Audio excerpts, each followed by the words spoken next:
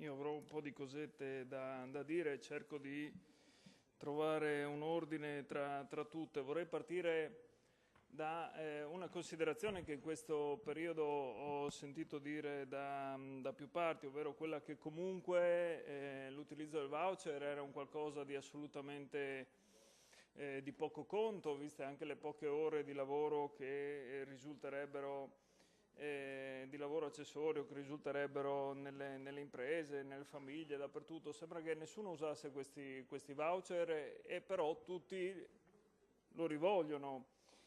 Parto da questa considerazione perché siccome prima il Presidente Codega diceva che l'Istat giustamente è un istituto terzo e fa le sue statistiche, io vorrei anche ricordare, cosa che ci si scorda magari anche di fare ogni tanto, quelle che sono le statistiche della disoccupazione nella nostra regione solamente riguardanti il quarto trimestre tra il 2015 e il 2016, ovvero stranamente quando un minimo di controllo, diciamo così, si è voluto rifare sui voucher, noi siamo passati da una disoccupazione femminile del 7,91% a una disoccupazione femminile del 9,81%, 1,9% in più. Questo dice l'Istat, l'istituto terzo sulle statistiche. Il totale della disoccupazione in Friuli Venezia Giulia, sto parlando solo del quarto trimestre, quello dove magari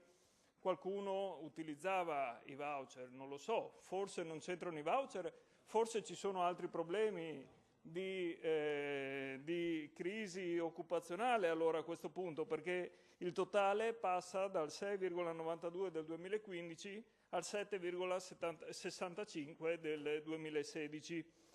Ora, siccome sappiamo che per l'Istat essere occupati vuol dire aver lavorato anche una sola ora nella settimana precedente alle rilevazioni, una sola ora, e significa essere occupati in Italia, questo l'ho già detto in quest'Aula ed è sempre stato confermato. Ora, stranamente, vengono fuori questi dati. Io aspetterò anche, ovviamente con ansia, i dati del primo trimestre 2017, del secondo, del terzo e del quarto. Detto questo, è dal 2014 che i nostri parlamentari hanno fatto,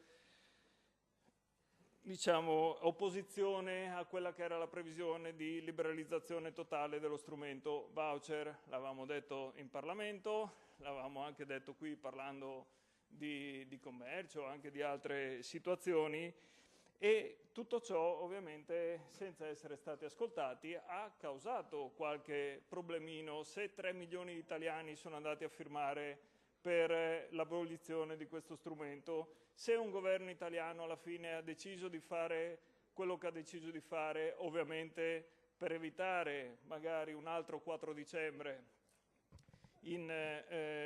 anche in primavera. E allora se noi siamo qui e ovviamente siamo tutti quanti a criticare quella che è la decisione del governo, mi è sembrato di sentire critiche, anche di leggere ovviamente dalle mozioni presentate per quello che è stata l'abolizione totale, cosa che secondo me è molto più grave anche perché non si è previsto un qualcosa che potesse dare una certezza a dei lavoratori, a delle famiglie nell'immediato, ma anche per il futuro. Decidere solo per evitare una consultazione popolare, una qualsiasi azione politica, senza neanche prevedere cosa verrà dopo. Qualcuno parla dei mini jobs alla tedesca, via col precariato a vita. Qualcuno parla di reintrodurre lo strumento che c'era, così come poi di fatto viene anche richiesto nella mozione del Partito Democratico qui, sostanzialmente reintrodurre nuovi strumenti di retribuzione, tra parentesi scriviamo voucher, e con un limite economico annuo, i requisiti, eccetera, eccetera. Però questo andava fatto prima dell'abrogazione. Uno avrebbe dovuto avere un'idea precisa di quello che voleva fare, non rispondere solo per evitare, come detto prima, un'altra batosta referendaria. Io allora voglio, in quel secondo che mi rimane, Presidente, vorrei aprire un altro diciamo, dibattito. Qui mi pareva che in un'intervista anche la Presidente Serracchiani ricordasse come nel nostro Paese manchi anche un'altra cosa, oltre a una regolamentazione di questi strumenti, manchi anche il salario minimo, cosa che in Italia non è prevista. Allora, siccome noi ci asterremo su tutte le mozioni che vorrete presentare al Governo, anche perché ieri il consigliere Ciriani ci ha accusati di trattare temi che esulano dal mandato dei consiglieri regionali, e quindi mi pare che noi sulla tematica dei voucher non abbiamo tanto potere legislativo, per cui noi ci asterremo su tutto il fronte. Però nell'ordine del giorno che vorremmo presentare, e se ce la facciamo anche coi tempi lo presenteremo, per quanto riguarda la legge Attiva Giovani che verrà dopo, noi chiederemo a quest'Aula e ovviamente direttamente alla Giunta, qualora dovesse essere accolto, di chiedere al Governo di istituire anche un salario minimo in questo Paese, cosa che è prevista in quasi tutti i Paesi d'Europa. Solo in Italia, dove ci piace essere speciali, non è previsto. Allora, sul discorso dei voucher è chiaro che noi